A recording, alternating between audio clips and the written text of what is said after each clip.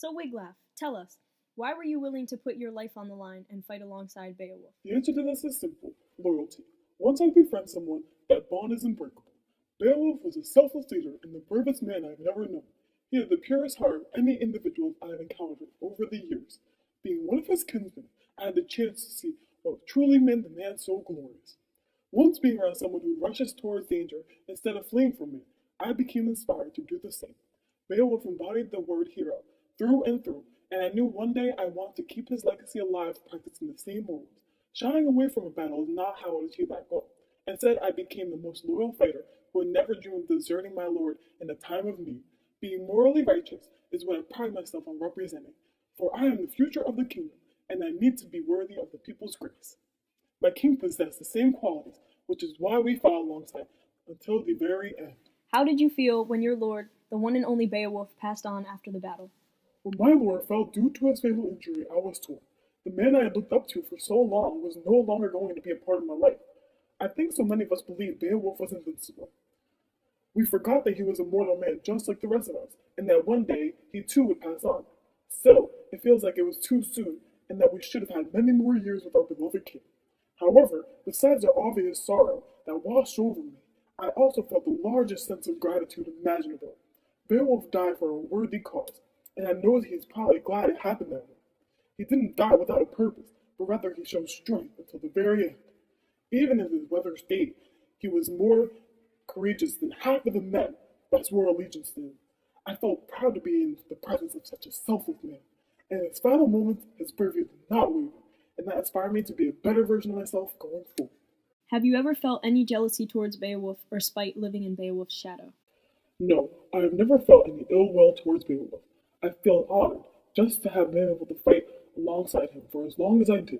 He was a glorious man, and even with that, I truly believe his legacy will live on. In fact, it is my intention to keep his spirit alive for generations to come.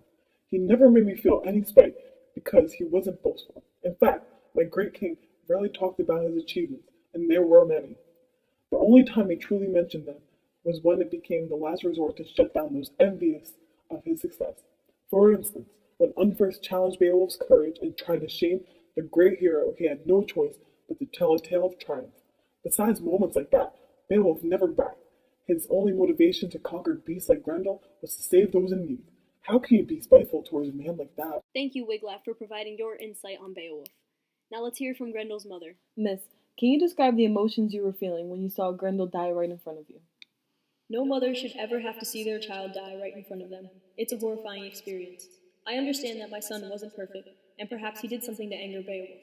However, that does not mean I understand why my son had to pay for his crimes with his life. There are other more civilized ways to handle dispute, and yet they claim we are the monsters. It felt like my heart had been ripped right from my chest, and I could feel each individual fiber being torn. I was in denial, because I thought he could survive anything, and this was just a nightmare I needed to wake up from. However, I saw my only son lying before me with his arm missing from his body. This enraged me.